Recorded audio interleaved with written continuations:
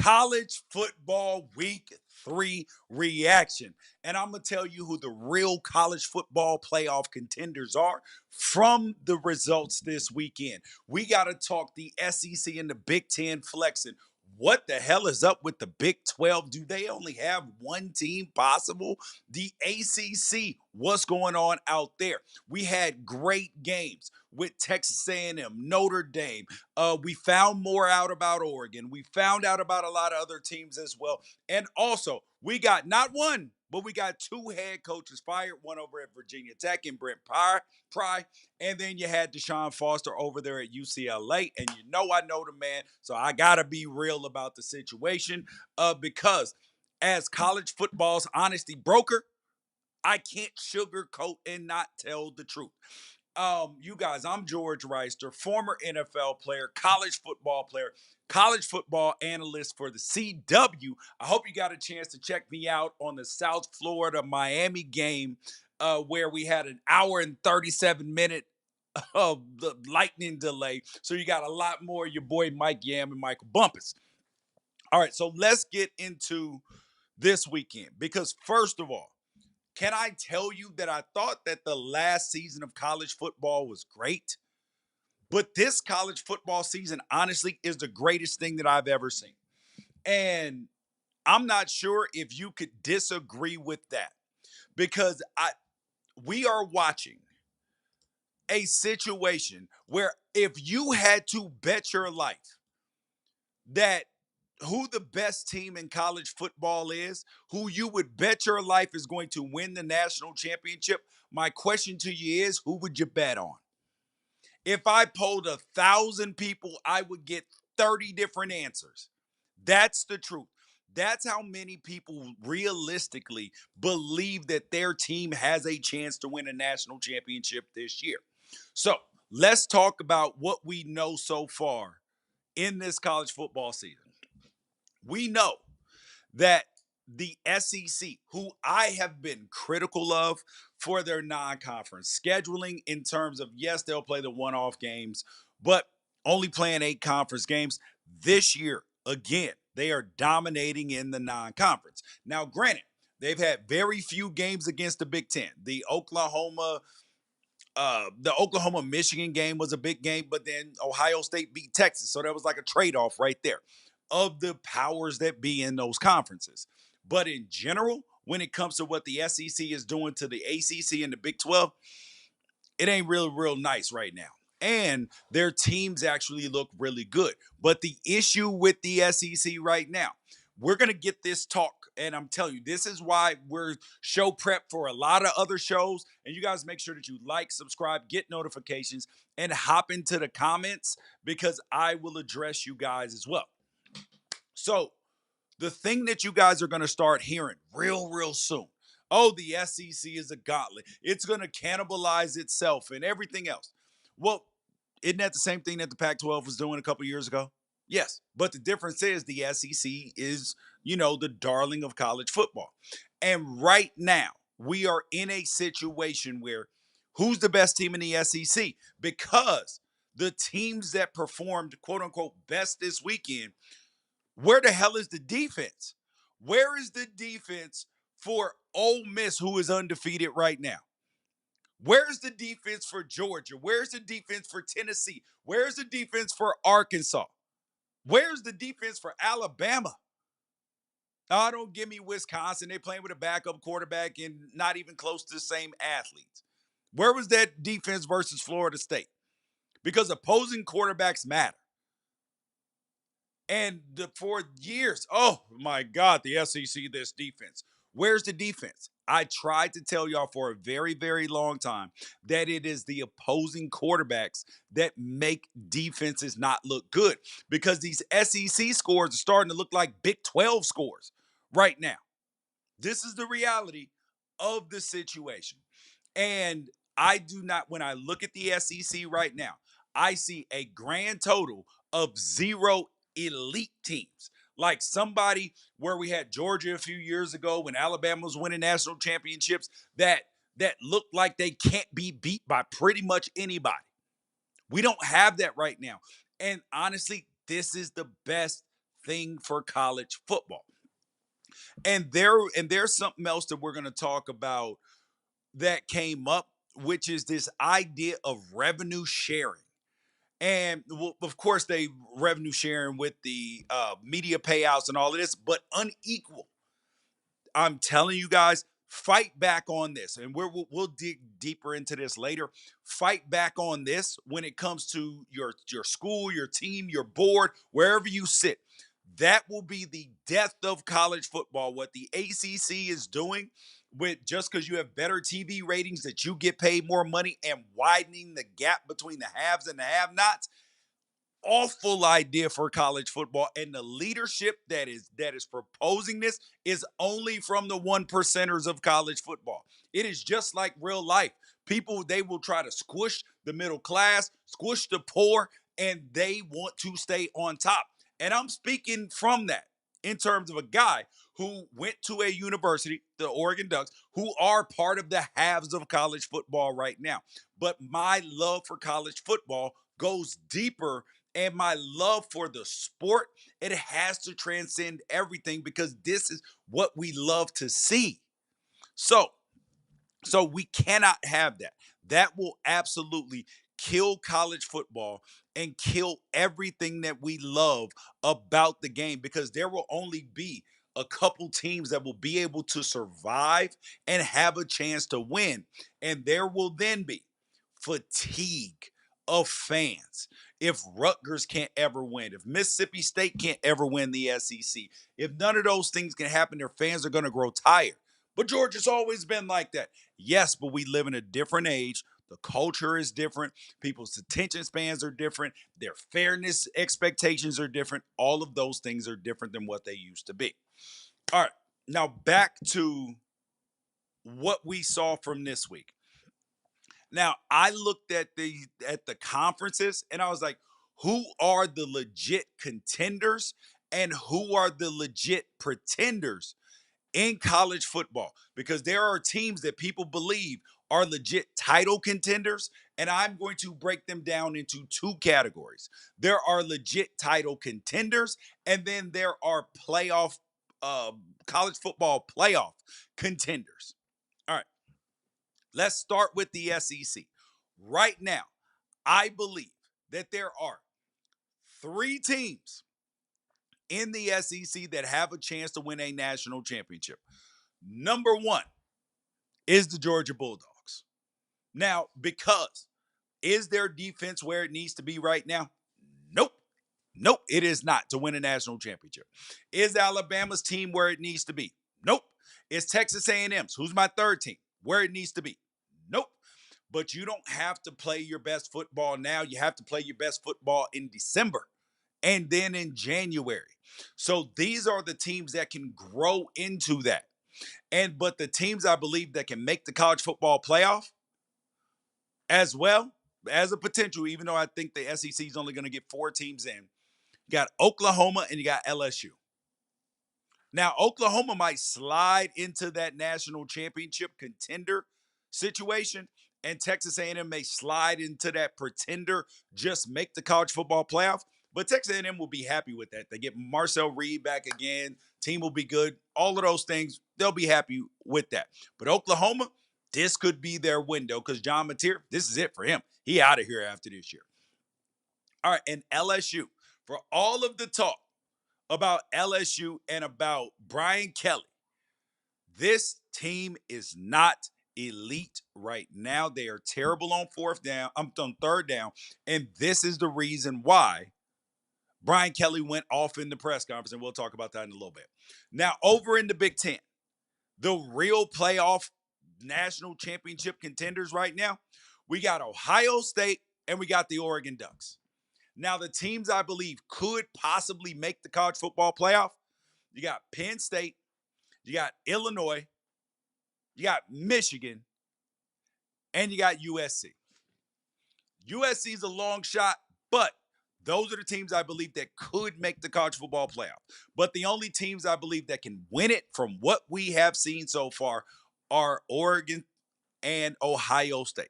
Because Penn State, I will not be a believer until I see more out of Drew Aller. And I've said this from the beginning. They are not national championship contenders until Drew Aller can throw the ball at a high level and put a couple games on his back. Over in the Big 12, I believe that there are a grand total of 0 teams who can win a national championship. However, there are 2 teams that could get into the college football playoff and win a game. There are 2. That is Utah and Texas Tech. That's it. Now, Iowa State and BYU could also make the playoff, but win it, no chance. Not a snowball's chance in hell that can happen. Now, over in the ACC, Miami could be an elite football team. They are my number 1 team in the nation right now. They have looked good every week in pretty much every area. Now, Carson Beck turned the ball over a couple times this week against USF, but, still won handily. Clemson, who I picked to win a national championship, and forgive me, there is a 0% chance they're winning a national championship, but there is a chance that they could get into the college football playoff. There is a chance. And then you have, and then Florida State could get into the playoff, but they're not good enough to win a college football national championship. Nah. And then in the group of 5, and I know I just covered this team with the USF Miami game, but I studied so much tape on USF this week in terms of them getting into the college football playoff. Yes, they are going to be highly thought of right now, but people talk about the ranked win, the Boise State win. I'm not a person who gives you week 1 credit for wins. Boise State's not, they shouldn't have been ranked. They're okay this year. But USF, the team that I picked, is still alive, UNLV. And then you got to look at Memphis as well. And then the last thing is, I believe, and I know that people are going to be upset about this, but here is the truth. If Notre Dame runs the table, they are a threat to get into the college football playoff. I know that they lost to Texas A&M, and I know that they lost to Miami. But if Miami then runs through the ACC undefeated, and if Texas A&M mess around and wins the SEC, that is going to put Notre Dame in there, because those were 2 amazing games. They could have gone either way. So Notre Dame, when you watch them play, I know people are talking about the eye test and all that, but wins and losses. Listen, Notre Dame is still one of the 12 best teams in college football right now. Are they going to be one of the top 12 in my rankings this week? No, because you get what you earn. But they are. They're not going to fall out of the top 25. I'm letting you know that right now, just like they didn't fall out of the AP top 25, because you cannot watch that team and look at CJ Carr and look at the running game and look at the defense and look at everything and look at how they performed against teams we believe are good and say, I don't know about that football team when they lost on the last play, basically, of 2 games against 2 teams that could be elite. Just saying. You guys, make sure that you like, subscribe, get notifications, and tell a friend about the show, and most importantly, share George Wrighster College Football Playoff podcast. All right, so the next thing up, UCLA and Virginia Tech both fired their head coaches. UCLA fired Deshaun Foster after they got skull drug, essentially, got demolished by New Mexico and Eck at their head coach. Because remember, Eck came over to New Mexico, brought all his players, and now New Mexico is a tough football team. But they had already lost to UNLV, and they got absolutely boat raced. I mean, out-physicaled, out-manned by Utah. And then you had Brent Pry over there at Virginia Tech, 16-24 at Virginia Tech in his 4th season. Had one winning season, 7-6, and then 6-7 last year. Then they got absolutely demolished by Old Dominion. And Old Dominion's coaching staff is good. They were recruiting my son at the time, and when he was coming out. So I got no problem with Old Dominion. It's just Virginia Tech should not be getting beat down. Even if you lose a game like that because weird roster, injuries, something like that. You can't get demolished. You're UCLA, you can't get demolished by New Mexico. And I got to show you guys something because my kid, because my wife went to UCLA, we have UCLA season tickets. She's a huge UCLA fan. My 6-year-old, he wanted to make mom feel better. He wrote this note: UCLA, fight, fight, fight. You know, he'd be like, UCLA, fight, fight, fight. He says UCLA always wins. Well, he lied, but he was trying to make people feel better for that. Now, I've known Deshaun for a while, and if you've watched the podcast for any while, you know the last 2 seasons I've gone out to UCLA to go interview him. And so I'm not going to sugarcoat this because he said the same thing in his press release. Because here is the truth, is that he is a UCLA Hall of Famer. And he wanted this to work. But the reality is the product on the field was not good. The product on the field did not match the expectations. Now, yes, UCLA is limited in NIL resources and all of this stuff. And Jarmon, their athletic director, is going to have to uh, absolutely rally the troops in a lot of ways to be able to turn this into a successful program. But we'll get into this more about coaching, hot seats, and who should replace them all. But here is a point that I saw out on the internet, and I felt compelled to address it. One thing of note is that the transfer, when you are going to fire your head coach, the transfer portal opens immediately. So UCLA and Virginia Tech players can immediately hop in the transfer portal for the next 30 days. Now, this would make 0 sense for these kids to hop in the transfer portal. 0 cents. Because there's no advantage. They can't transfer somewhere else and play right now. So why would you hop in the transfer portal? Especially when you have an opportunity to put more good tape out, even though your team's bad. Because it doesn't matter where your team is bad. You can put out good tape and give yourself an opportunity to either be wanted by the next coach that comes to UCLA or be wanted by other programs. So, yes, you're going to have to watch out for Nico potentially transferring again and a lot of other players. And every single one of their commits, high school commits, decommitted today. I don't see the point in that because you might put yourself in a jam, but you also may not be wanted by the next staff as well. We are going to talk also about DJ Lagway and Arch Manning in a little bit when we get to those games. And did want to point out that Notre Dame is the first team to start 0-2 and remain ranked in 37 years. But the reality is they ain't played no cupcakes. So it is what it is. All right, so let's get to the games. All right, you guys make sure that you like, subscribe, get notifications. Let me check out the chat for a second. People believe that this season is going to be interesting. Ooh, Oklahoma over Alabama. I'm not mad at that.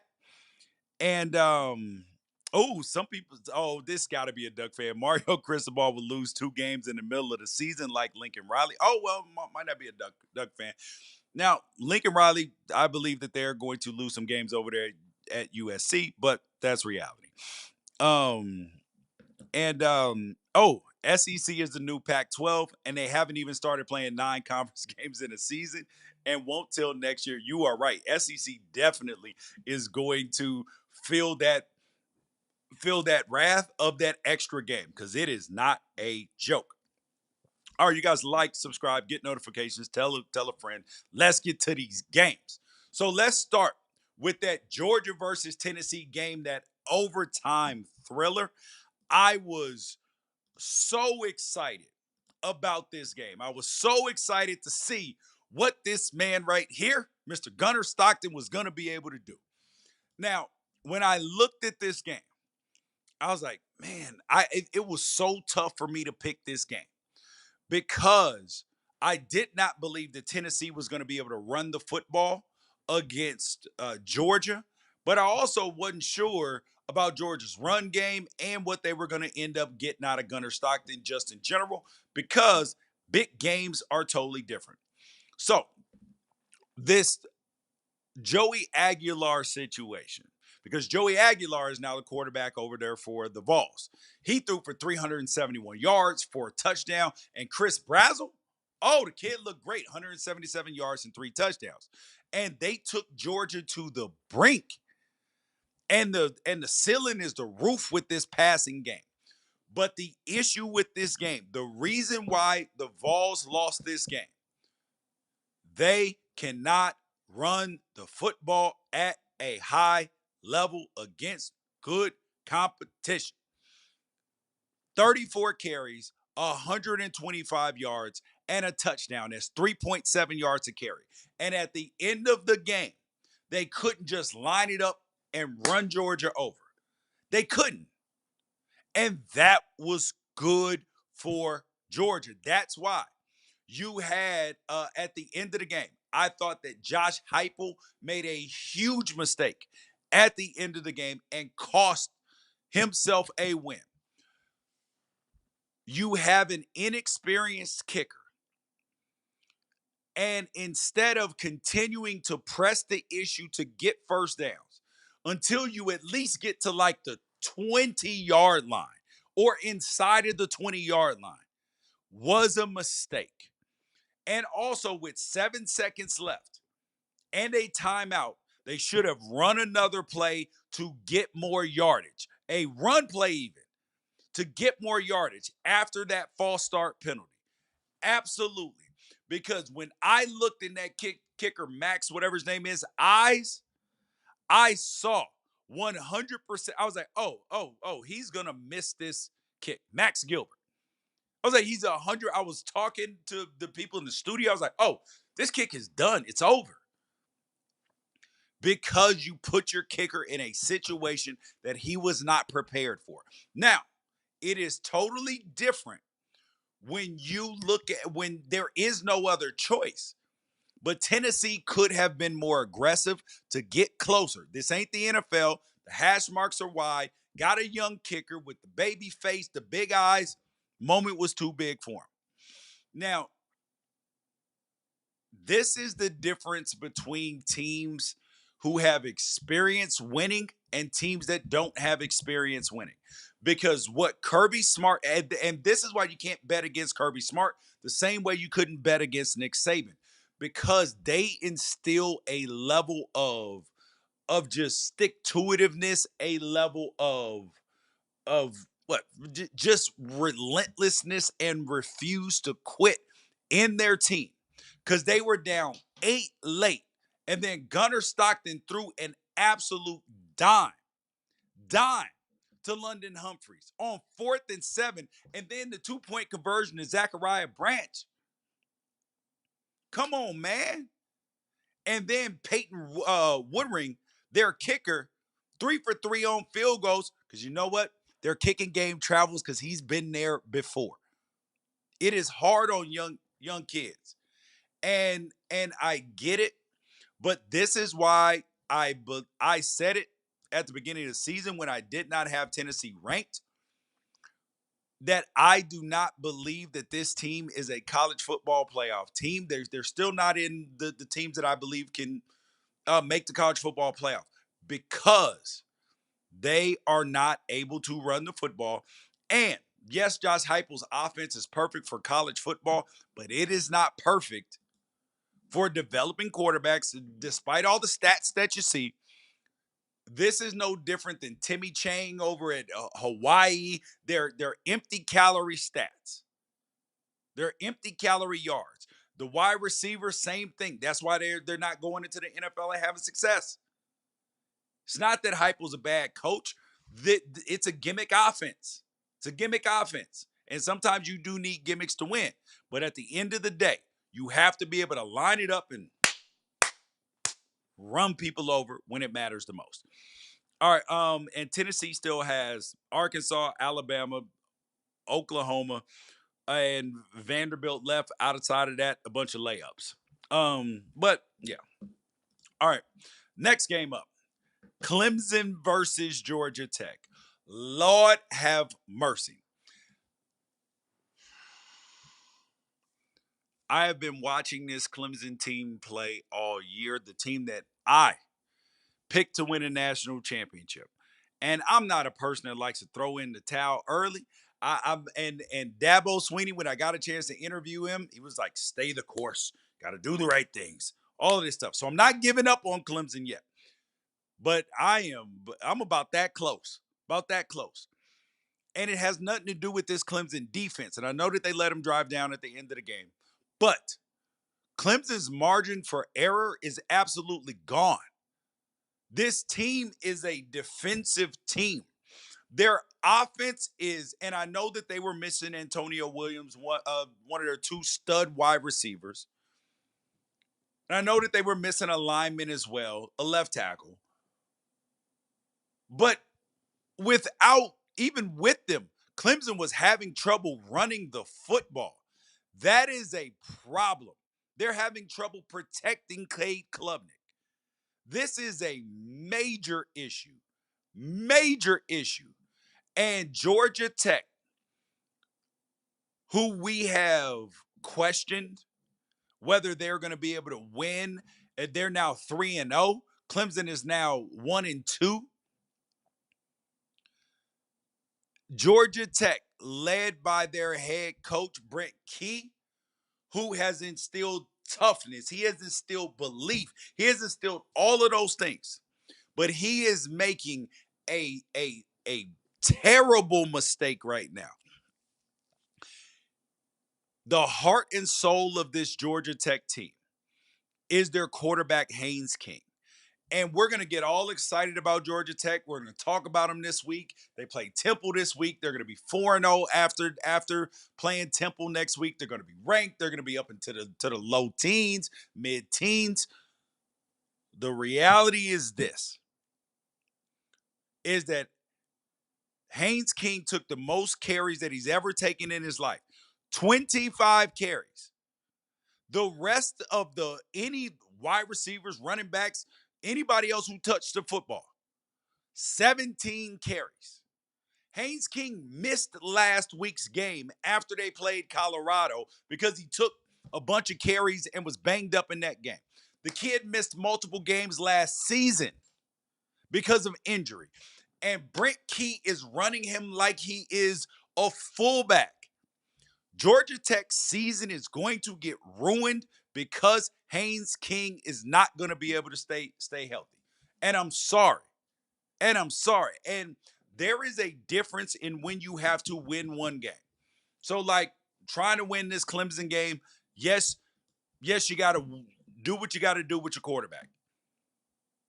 But do you think that they're going to stop Haynes King from running the football against Temple if he plays? Because he was limping. He looked bad after the game. Toward the end of that game. Against Wake Forest. Against Virginia Tech. You think they're going to stop him from running the football? No. So there's going to come a point in time where this backup quarterback is probably going to have to make some plays for them. Or Haynes King. And I've learned this from having two quarterback sons. You bang them up and being around all the quarterbacks. They get banged up. The little touch goes a little bit away. On some of the pass plays, you'll start missing balls you're not supposed to miss.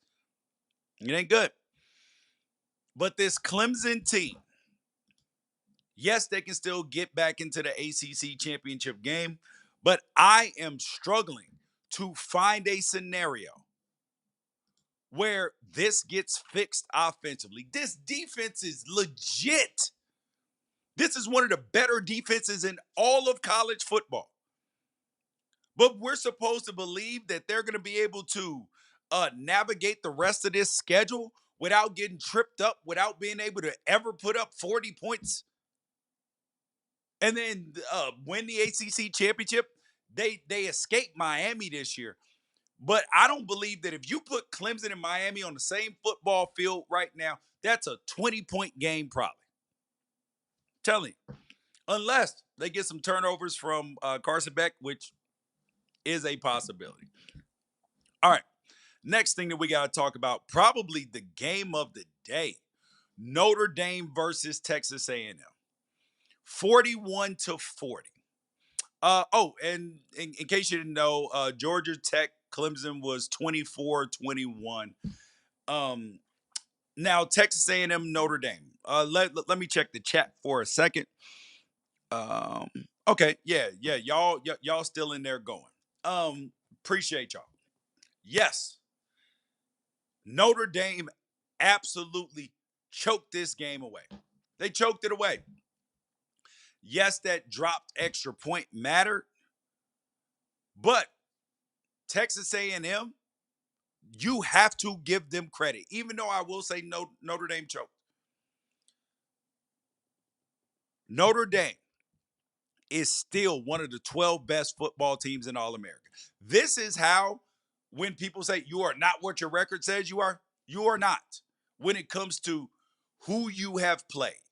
Because there are teams that haven't played pretty much anybody right now and have a better record. But that don't mean that if they go up against them Fighting Irish, that they won't get their head kicked in. But I got to give Mike Elko and Texas A&M a lot of credit because they are resilient, bruh. He has gotten this team to fight. And 41-40, where the hell is the defense? Where the hell is the defense? But sometimes there comes a point where at the end of the day, you just got to win a damn game. You got to just win a game. And that's exactly what they did. They went out there and they won a game. So I am proud of both of these teams, and the legend of Marcel Reed grows. There were so many people who wondered if Marcel Reed was going to be able to be an elite passer, a high-level passer. What say you now? 17 for 37. Now, is the percentage great? Absolutely not, because he was below 50%. 360 yards, 2 touchdowns, and a pick. Elite passer? No. Playmaker? 100%. 100%. And most of all, you saw his teammates around him. They believe in what he's doing. They believe that he can save them. So if Marcel Reed, if he can become a better passer, because 17 completions for 360 yards is wild. Is wild. It's over 20 yards of completion. So that's Notre Dame. You're like, bro, how are you allowing that? But that's insane. Over 20 yards of completion? What are we doing? And but he deserves credit. He only ran the ball 7 times. So he's not just trying to just run around with his legs, but he is trying to extend plays to win. But for Texas A&M to win, potentially make the college football playoff, this defense got to stiffen up. And I know that Notre Dame's good. Defense got to stiffen up, and Marcel Reed has to be more efficient. 30, 17 for 37 ain't gonna cut it. You're what, 45%? 40%? Yeah, bro. That is not gonna cut it when it comes to winning big time football. But on the Notre Dame front, I gotta give CJ Carr some credit in the Notre Dame because the interception he threw wasn't even a bad interception. He was checking the ball down while he was getting ready to get sacked. Sailed it a little, went over the back's head or the tight end's head, and went through his hands. Happens. Not ideal. But this kid has the moxie. He's a gamer. He's a threat, bro. He's an absolute threat in every situation. I like him. And their head coach Marcus Freeman did the right thing in not going to go get somebody in the portal. But their weapons, they spread the ball around. Eli Reardon, Malachi Fields, and Jeremiah Love, bro. This dude is special. Hit almost 150 yards total offense. It is fun watching this dude play. I cannot wait to watch this dude play on Sundays because we're talking about a special back. We're not even talking about, we're talking about kind of that Bijan Robinson level of special, like potential first round pick. Now, is he as elusive as him? No. But the power and the catching the ball out of the backfield, getting extra yards, it mattering to him, all those stuff. Love it. But I gotta give a shout out to Mario Craver, the wide receiver over there at Texas A&M. Damn, that kid's good. 207 passing, 207 receiving yards. Special work. So good job, Texas A&M. All right. Now the reason why this game mattered so much is because this was Texas A&M's first road win over a ranked team since 2014. So you got to give Mike Elko all type of credit for that, because everything that Jimbo Fisher was supposed to do there, Mike Elko's actually doing. People weren't so thrilled over the moon about that hire, but this is where programs have to do. Stop trying to look for the sexy hire when you need one. Get the right hire who's got the right DNA, understands your culture, understands what you're trying to build, and has a plan. All right. An update. Safety Bryce Anderson, who left on the cart before halftime. Team said he has filling in all his limbs, so there's something to monitor going forward. Next thing up, we got to have an honest conversation about some of these quarterbacks. We are getting ready to have an honest conversation about Arch Manning, and we are getting ready to have a conversation about DJ Lagway. Man, and there's a lot of people who do not want to have this conversation. They are not ready to have the honest conversation about DJ Lagway and about Arch Manning. So here we go. So buckle up. Arch Manning, who was getting booed by Texas fans after 10 or 11 straight incompletions, finished the game 11 for 25, a touchdown and an interception, but he did have rushing touchdowns, I believe. So for Texas, they played UTEP 27-10. Ugly win. Defense carried the day. The issue with that people have a lot of times in life is when expectations don't match what you get in actuality. Expectations. It's like when people talk about all the time. Oh man, when when we matched on this dating app, he looked like he did in the pictures. She ain't look like she did in the pictures. That's what we're getting out of Arch Manning and out of DJ Lagway right now. The preseason hype, the expectations because of the last name, the expectations because of the gushing of Sark and everybody else was not 11 for 25 for 114, a touchdown and an interception. That was not it. And right now, and you did not expect, like if I told you that through 3 games this season, 3 games that Texas would be 1-2, and that Arch Manning, that his game log would be 170 yards, 56% completions, and then 11 for 25 this game with 6 touchdowns, 3 interceptions, and then you had that San Jose State game where it was 19 for 30, 295, 4 touchdowns, and a pick. If I told you that that's how Arch would have started the season, you would have said, hell no. Hell no.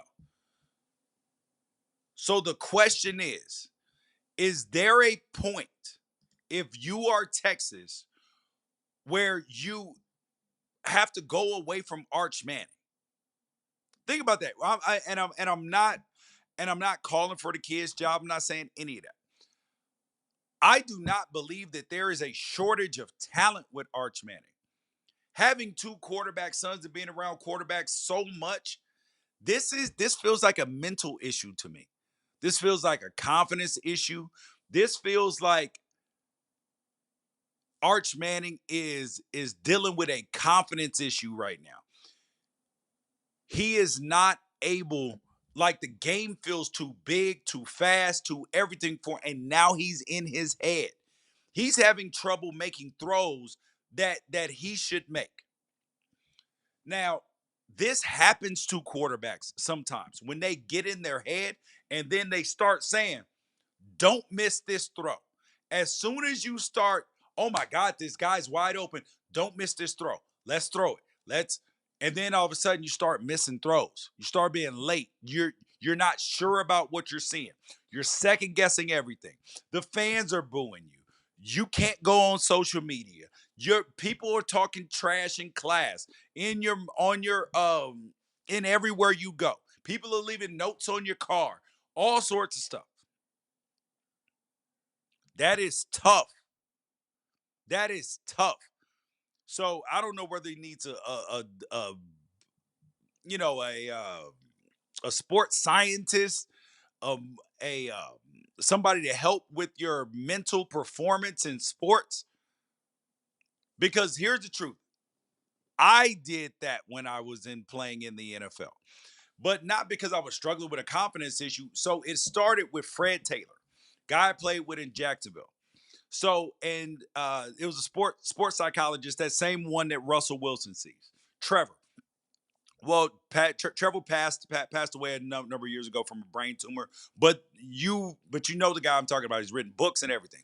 So he was down there with us in Jacksonville, and Fred started to go see him, and he would show Fred highlight tapes. Fred Taylor's one of the coldest running backs of all time. But if he can struggle with confidence because he had been hurt, he had been injured, fans they call him Fragile Fred in the newspapers and everything else, that can get to you. And so I was like, I'm not struggling with confidence, but if Fred Taylor is great and he's doing this, I should probably do this. So I would advise Arch to do this. And he's got to continue getting loved up by his team, loved up by Sark and everything else. But here is the issue. This is football. There is no sympathy in football. And you can be trying to get Arch's confidence up all you want to, but if it starts to cost football games, that's going to be a problem because they have Sam Houston State next. It doesn't matter whether Arch goes 25 for 25 for 500 yards and 8 touchdowns, no picks. Until he does that against Florida and then Oklahoma the following weeks, the noise is not going to quiet down. It is not going to quiet down because he's a Manning and because he's at Texas. So people have been saying, oh, bench Arch Manning. The problem with this is, number one, we don't know what is behind Arch. What we've been seeing what Sark has been seeing at practice. We have no idea. And you can't then take Arch out. Like you can't take your starting quarterback out and then the backup have success because then you can't go back. So now you're in a situation where you have lost Arch. Like lost him. And if he's not the best quarterback, you don't really care if he transfers, but there's no way to go back. So Sark has a task on his hands. The Manning family has a task on their hands because getting a quarterback out of that and getting his confidence all the way back up, one of the most difficult things to do in season compared to in the off season. Two separate things. All right, the next thing that we got to talk about is DJ Lagway over at Florida. Because Florida, he threw 33 for 49, 287 yards, and 5 interceptions. Do you realize how bad that is? And the interceptions were ugly, including the pick six. And the pick six wasn't even the ugliest one. The fifth one was the ugliest one. It was terrible. And this was a game that Florida lost 20-10. So if you cut those interceptions down to 1, you probably win this game. You probably win this game. It was bad. It was really, really, really bad. And now we have seen 2 kids that were propped up in the preseason with DJ Lagway and Arch Manning. Now they're struggling. Cade Klubnik, now he's struggling, but it's different because he's had success. But now you have 2 young guys struggling. And the question is, how do you fix it? And in Florida's situation, it's even worse. It's even worse for Florida because the question is, What happens if Billy Napier gets fired? Because he has to get the belief back of the fans, of everybody in that building. So then what happens with DJ Lagway? This is the question. Because when you watch him, it is feast or famine. There are times where you see amazing throws out of DJ Lagway. The kid is physically gifted, and then sometimes you're like, who's coaching him? That's the so whether it's a Lagway issue, whether it's a coaching issue, there is a disconnect between what is happening in what you're getting on the field and what the development that you would like to see. Because right now, DJ Lagway and Anthony Richardson look like the same person, except for DJ Lagway is a little more accurate. That's the difference. But now on the LSU front, this man, Mr. Brian Kelly, who scoffed at who scoffed at Dabo Swinney for saying that when they played first game of the season, Dabo said his team got an F and LSU got a D. Brian Kelly was like, "Whoa, what the hell do you mean? D? What film was he watching? He was watching your film. That's what he was watching because Brian Kelly got upset in the post game about." He got upset in the post game about a question being asked by a reporter about his offense and why is his offense struggling. He's like, well, we won the game. What are you talking about? I just told you, blah, blah. No, these are fair questions. You were 4 for 14 on third down. Florida's defense is pretty good, but it ain't that damn good. You got Garrett Nussmeier. You have wide receivers who are fantastic. What's the issue? So it's a legitimate question. So and people might, well, they won 20-10 because he said, well, we played the way to win the game. Florida was in the game at all times. Think about this. DJ Lagway threw 5 interceptions. 1, 2, 3, 4, 5th. Including a pick 6. So that means that your offense, Brian Kelly, only scored 13 points. 13. That's it, man. That's it. So when I look at this LSU team and this offense at this point in time, now mind you, they still have time to grow into a potentially college football playoff or national championship type team because you don't have to be your final form at this point in time. But unless you can start converting better on third down, this ain't going to cut it. It's not going to cut it at all. They rushed the ball 22 times for 102 yards. And they held Florida to only 79 yards rushing. So Florida got issues running the football, quarterback issues, everything else. But the biggest issue for LSU, third downs, 4 for 14 on third down. That it's impossible to run up scores and beat people badly when your third down percentage is as low as it is. That's just the truth. And then when you look in the Clemson game, they were 4 for 11 in the Clemson game and only scored 17 points in that game. That's not going to cut it. So until we see different out of LSU, we can't put them as a team that can win the SEC or win a national championship. And people are giving credit to Blake Baker's defense. And yes, they've done a pretty good job. But Florida's offense, who only scored 16 points against USF, who got boat raced by Miami, 49-12. And then you have Clemson's offense, who looks bad right now too.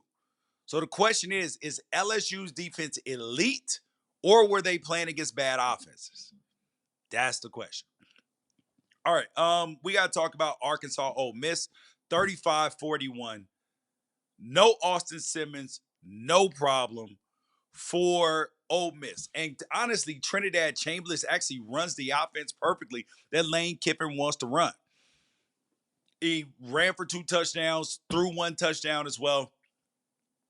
And I look at this Ole Miss team, and I told y'all, Ole Miss in 2026 is like Michigan in 2026. And they're both alike in 2025. Good football teams will beat some good football teams, not a great football team yet. And I believe in what Lane Kiffin is doing because he is getting it right now and he's stopping all the yippee yappy right now. And Ole Miss, who went from having one of the best defensive lines in the country last year, they got blown off the ball against Arkansas. And Arkansas is good, but are they 221 rushing yards against them at 6 yards a carry good? That is highly concerning for Ole Miss because when you look at their upcoming schedule, you're looking at Ole Miss and you're like, I don't know, fam. Are we sure? Are we sure about that? Are we sure that this is a winning formula? Because Taylon Green and Mike Washington, Braylon Russell, and Cam Shanks, 37, 222, and for 6 yards a carry. Now, Ole Miss, 40 rushing yards. 40 carries at 3 yards a carry, 118 yards. So you're looking at this Arkansas team, you're like, oh, wow. They are able to they're able to stop the run. But then you're also looking at them and saying, they can't stop the pass against Ole Miss. So I believe that Arkansas is better. Bobby Petrino's offense comported themselves well against Ole Miss. And this just shows that the SEC is deep this year. But none of these teams are elite at this point in time. Even though Ole Miss is undefeated, you dig deep down into it, they're a good, solid football team. And this is what makes the SEC so interesting, is that Ole Miss can beat. They could beat Georgia. They could beat Oklahoma, but not the both of them. That's the thing there. And then for Arkansas, when you look at their rest of the schedule, they got Notre Dame, Tennessee, Texas A&M, Auburn, LSU, and Texas, and Missouri. Pray for them. Now, they're going to win some of those games. Do not think that Arkansas is going to go out here and get roughed up every week, because that definitely is not what is going to happen. Now, honest conversation about Vanderbilt, because this is a team, and this is just like Georgia Tech. This is much like South Florida with Alex Golesh and Byron Brown. When you have a head coach like Clark Lee over there at Vanderbilt and a quarterback like Diego Pavia, you put them to individually. Yes, they're good, not special. But when you put the belief that both of these dudes have and you put it together, it creates nuclear level belief in the people around them. Because Vanderbilt is not as talented as South Carolina. And Shane Beamer's going to get a lot of negative talk after this game, despite Lenora Sellers getting knocked out of the game. But Vanderbilt was in control of the game even when he got knocked out. So when you are supposedly the 11th ranked team in the country, even when your backup comes in, and he went 18 for 27, Luke Doty, for 184 or 148 and a pick. Sellers was 6 for 7 for 94 yards and a pick. So this was not a game that you were for sure going to win, even with Lenora Sellers in there. And that is the problem for South Carolina fans, because they're looking at the results and they're saying, listen, I know that Lenora Sellers got knocked out and you lose your starting quarterback, that can be a problem. The issue is that South Carolina fans don't believe that they would have won this game even if Lenora Sellers had finished the game. They believe that it could have happened, but they don't believe that it would have happened. That's the thing. And that's why this combination of Clark Lee and Pavia for Vanderbilt, their belief system is the thing that is fueling them, because they are under the delusion that they can win a national championship. Pavia went on Bussin' with the Boys. He went on everybody's show and told everybody in the country that he believes that they can win a national championship. And with that level of delusion, you can actually probably do it. That's the thing. So good on them. And Pavia continues to play well. All right, next thing up, we got to talk about the Oregon Ducks, who dropped multiple spots in the AP poll. Now, here is the thing about that, is that Oregon beat Northwestern 34-14.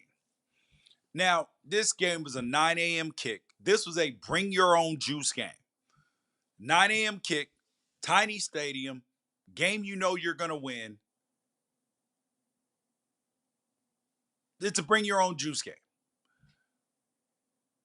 I did not like at times. Well, in the beginning of the game, I thought Northwestern was extremely physical. And I was texting with a Big Ten coach during the game. And I was like, man, too many rush yards. He was like, George, relax. Northwestern is highly physical. They're one of the most physical teams in the Big Ten. Don't trip. And at the end of the game, you look up 37 carries, 178 yards, 4.8 yards carry. Now, there was Northwestern didn't even score to the fourth quarter, garbage time, all that stuff. But one of them was a 79-yard touchdown in garbage time. So Northwestern's real rushing stats were 36 for 99 yards. And if you're a team and you get that, you're going to be excited about that. You are. You are. So I look at this Ducks team. Noah Whittington, their starting running back, didn't play, but he practiced all week. Their backup quarterback was Luke Moga instead of Austin Novosad, because he's been hurt. They are shuffling so many players in and out, trying to figure out who should play when they get to Happy Valley, and that rotation shrinks down a lot. I actually love the way Dan Lanning is doing this. I believe that this plan is good. The true freshmen are getting on the field. They are playing significant amounts of time. And then that roster is going to shrink down. It is going to shrink down a lot when it comes to Big Ten play. And I appreciate that, because let it all figure out, let it play out, and see who should be playing. But the thing I do love about Oregon, what's going on right now, is Dante Moore. I believe that they can build the entire offense around Dante Moore, because when he is operating from the pocket, this is an NFL quarterback. This is not only an NFL quarterback, this is a special quarterback. And mind you, he recovered from the DJ Lagway. He recovered from the Arch Manning, what they're going through right now. He is a prime example of why you can't throw either one of them in the trash right now and say, oh, it ain't ever going to happen. He is the poster boy for this recently. Transferred, sat down behind a legitimate NFL quarterback in Dylan Gabriel and a really good offensive coordinator in Will Stein. Now he's ready to go. So I'm excited about the Ducks. People are still having them flying under the radar because they've been so dominant. And Oklahoma State, not very good. Northwestern, they're going to win some football games, but not regarded as a power. So they don't have, when you look at their wins on name value, they're not going to have the same name value that Clemson, that LSU has with beating Clemson and then coming back and winning against Florida. Northwestern might beat Florida, if we're really being honest, or give them a good game. But now on to Penn State, who beat Villanova 52-6. And I know that most people are like, George, why is this not in the fast break segment? The reason why this is not in the fast break segment is because I wanted to compare it to the Oregon game. Because Penn State, their pass offense is questionable right now. And in 2 weeks, because Penn State has a bye this week, Oregon plays Oregon State. Oregon is going to travel to Happy Valley for the whiteout game, their biggest game of the whole season. Oregon goes in that game having played Montana State, a really good FCS team, Oklahoma State, Northwestern, and then Oregon State. Penn State, who's having offensive troubles, not running the football, passing the football. This is not just George talking. This is their fans talking. They have played FIU, Nevada's down this year, and Villanova. That's who they've played. Is that a good enough schedule to get them ready to play the Ducks in 2 weeks? Now, they should have a schematic advantage because they get a chance to watch Oregon for another week and come up with all sorts of fancy gadget plays, things that should work. But have they been tested with that intensity compared to what Oregon is going to have gone through? So they get 3 layup games, no pressure in any of them, not just because they dominated, because they didn't dominate Villanova at first in the pass game. In the run game, yes. So that's the question. All right, now on to Wisconsin, Alabama, 38-34. I'm sorry, 38-14. Yes, my Alabama ended up covering, and Kalen DeBoer has settled Paul Feinbaum callers for at least 2 weeks because they're off this week. He has settled them down. He has settled them down, but at the same time, they did a great job this week of getting Ryan Williams the ball. Ty Simpson was electric, basically playing flawless football. And they absolutely held Wisconsin underwater and drowned them. That's what they did. This was a bloodbath. Bloodbath. They only allowed 2.9 yards per carry. It was bad. And we knew that it was likely going to get out of hand. But this was bad. This was bad. And Wisconsin is not the same team that they were. And their head coach, Luke Fickell, is under the gun right now. He is. That's just the truth. They got early wins against Miami of Ohio and Middle Tennessee State. But when they come up against Maryland, Michigan, Iowa, Ohio State, Oregon, Washington, Indiana, Illinois, Minnesota, they're gonna be swimming in the deep end, man. They're gonna be swimming in the 6-loss deep end. And he just got a contract extension, but Wisconsin fans not gonna be happy about that. I'm just letting you know that right now. But Ty Simpson though, I want to talk about him because he is going to be the difference between Alabama going far and not, because he was 24 for 29, 382, 4 touchdowns. And yes, some of that was yak because Ryan Williams had 5 catches for 165 and 2 touchdowns and a long of 75 and I think on a screen pass.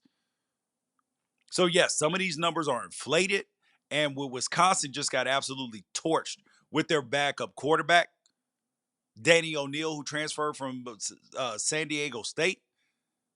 But it's not really much to say about this game for Alabama because they did exactly what they were supposed to do. This is a team that people predicted to win a national championship, but we're going to find out over the next 5 weeks because they have a bye this week.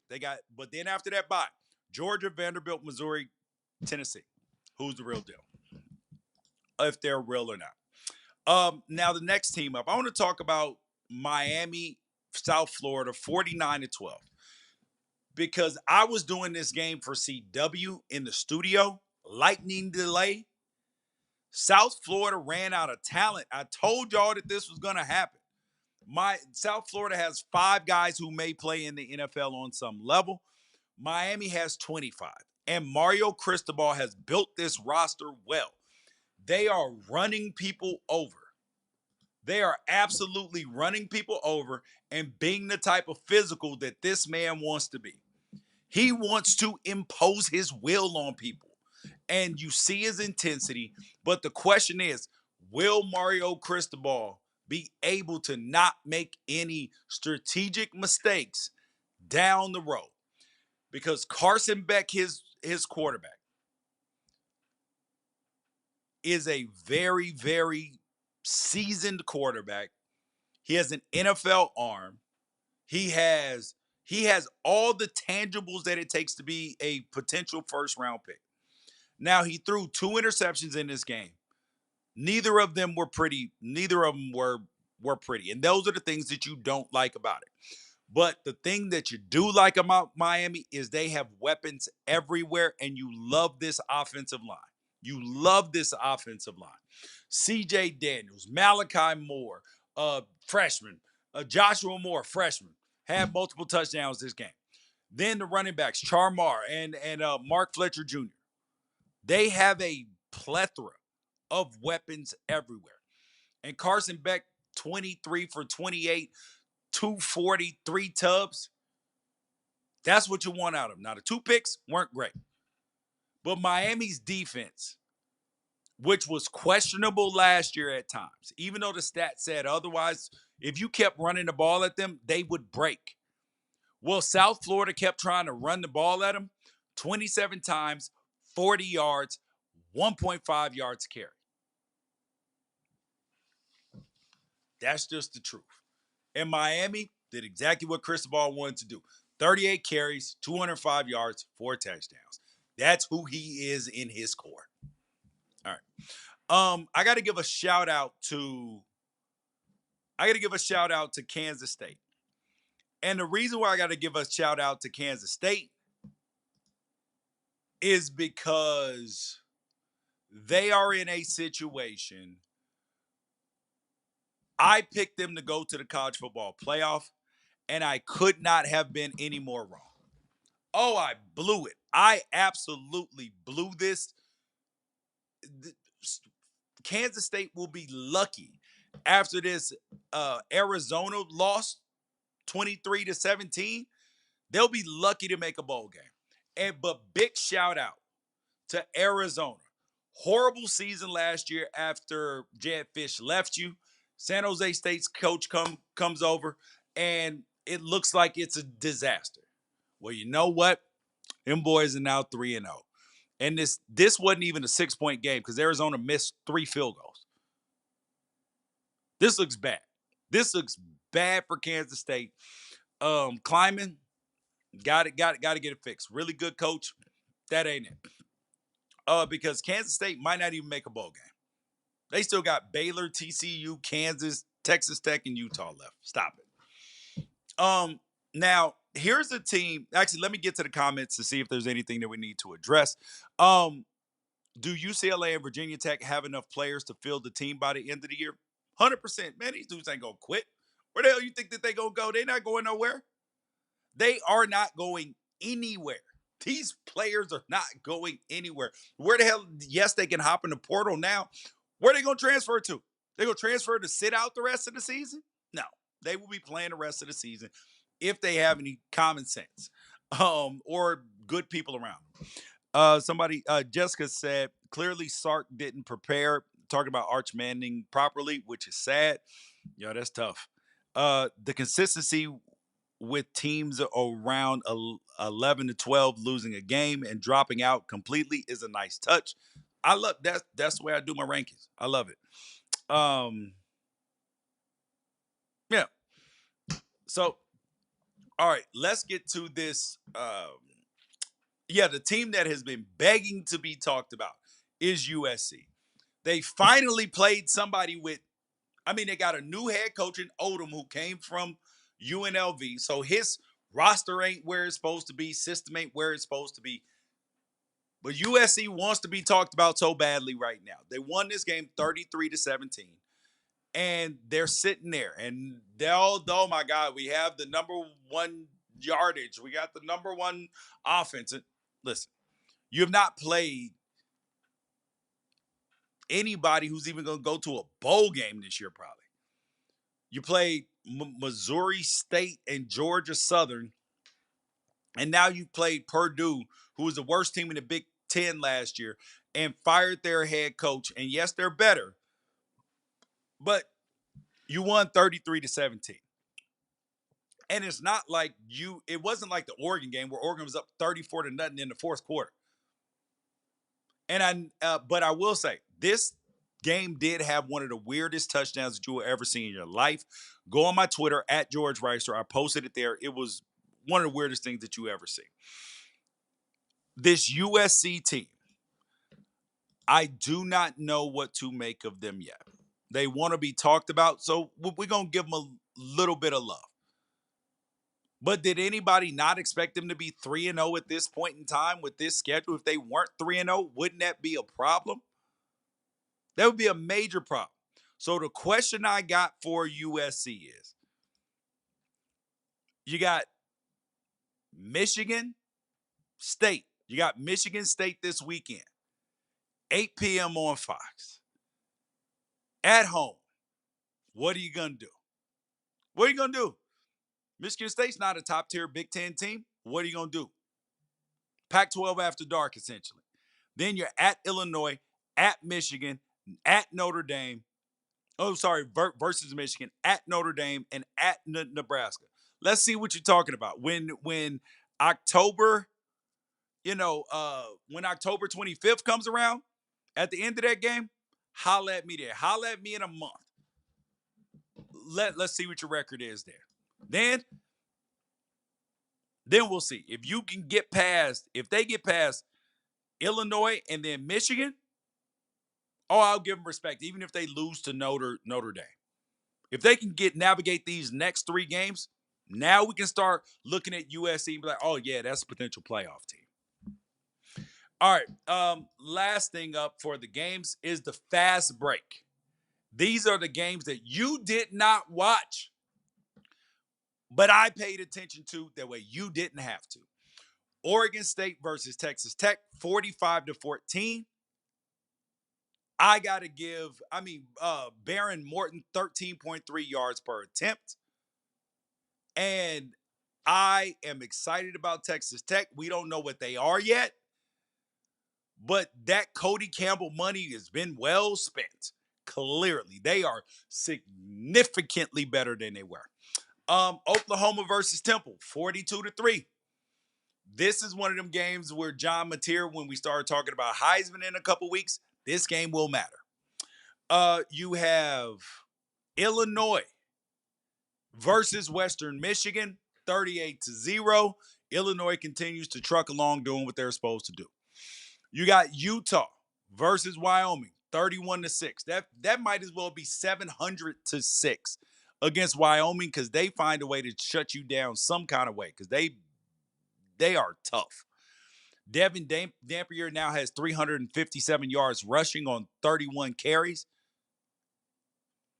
And that's just against Wyoming alone in the 3 games that he's had against them. And then the last thing, there was another odd game. Ohio State versus Ohio, 37-9. If you were box score watching in the third quarter, you're like, what the hell is going on here? It was like 20-9 or something. It was crazy. You're like, I know they're not going to lose to Ohio or have this close. But their game went similar to the way Oregon's, game went. I'm not concerned about that team at all. But speaking of concerned about teams, let's talk about my college football playoff, because I like to, go back to this. I don't feel good about this right now. I'm making a new one. I'm making a new one of these this week because I don't feel good about Clemson right now. I don't feel good about Texas. Kansas State's out of the picture. LSU, feel okay. South Carolina, don't feel good about. Notre Dame has a backdoor chance, but I still feel good about the team. Still feel good about Oregon. I feel good about Penn State making it. I feel good about Ohio State making it. I feel really good about Georgia making it. So that's Kansas State, Clemson, Texas, South Carolina. Yeah. So If I get 8 out of 12, I'll still be happy. Because that'll be just like last year. And the last thing is, I'm gonna flash these polls up to you. Well, my poll from last week. Yeah, I feel good about my poll from last week. My poll from next week will be out, and the only team in my top teams that lost were South Florida because they were playing against Miami, my number one team, and they treated them like the number one team. And my poll, based upon three things: schedule played, quality wins, and dominance. All that other stuff everybody else try to sell you, don't pay no attention to it. But this poll will change this week. But you did have the other polls. Where are those? Oh, the FPI and the AP poll. Now the FPI, they did something to the metrics of this poll. They have been shamed. Now they won't admit it, but I'm telling you, they changed it. They changed the algorithm that puts this rating out. Tell you, because the SEC teams not getting enough love, not getting the love that they were. But Alabama, Lord have mercy, do them Nick Saban wins carry weight, and the recruiting rankings carrying a lot of weight from what they've done the last 2 years. But the AP poll, it's very, very interesting, to say the least. But you guys though, I'm George Wrighster. This is the college football podcast, George Wrighster's college football podcast. I'll be back on CW this week doing the pregame for the Georgia Tech Temple game. So holla at your boy. Make sure that you like, subscribe, get notifications, tell a friend about the show. Let me see if there's anything else in the chat before I get out of here. Michael Fogel, best college football analyst in the nation. Love it. Hey, man, real recognize real. And yeah. But you guys, though, thanks for watching. I'm George Wrighster. Peace out. Catch you guys on Tuesday for the live show with College Football Apostles, and then on Thursday. But we got all sorts of stuff coming in the meantime. Peace out.